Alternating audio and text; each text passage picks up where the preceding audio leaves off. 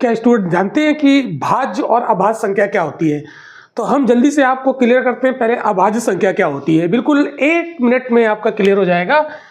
तो देखिए, अभाज्य संख्या को चेक करने के लिए जैसे मान लीजिए कोई संख्या गिवन है, ठीक है, तो हमें वहां पर चेक करना होता है कि वो संख्या 1 से डिवाइड हो, कंप्लीटली डिवाइड होनी चाहिए, और दूसरा उसी संख्या से डिवाइड हो, उसी संख्या यानी स्वयं से डिवाइड हो, से डिवाइड हो, और किसी से डिवाइड ना हो, और किसी संख्या से डिवाइड ना हो, और किसी संख्या से डिवाइड ना हो,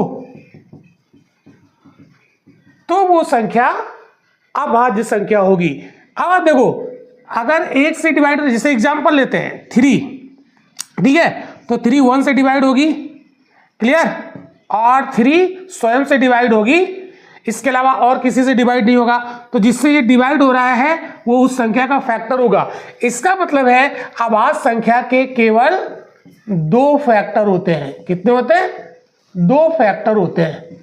ओके, तो जिन संख्याओं के 2 फैक्टर्स होते हैं, केवल एक 1 होना चाहिए और दूसरा वो स्वयं वही संख्या होनी चाहिए, तो वो संख्या क्या हो जाएगी? क्या हो जाएगी? बोलो बोलो।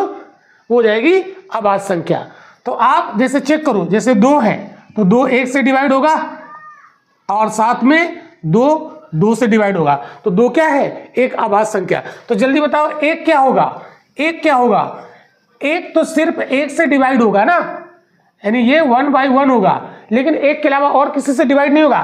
तो ये 1 जो है केवल 1 से डिवाइड होगा, यानी इसका केवल एक ही फैक्टर होगा, अर्थात एक अभाज्य संख्या नहीं है। तो फिर ये क्या है? अगले क्लास में, अगले वीडियो में देखेंगे।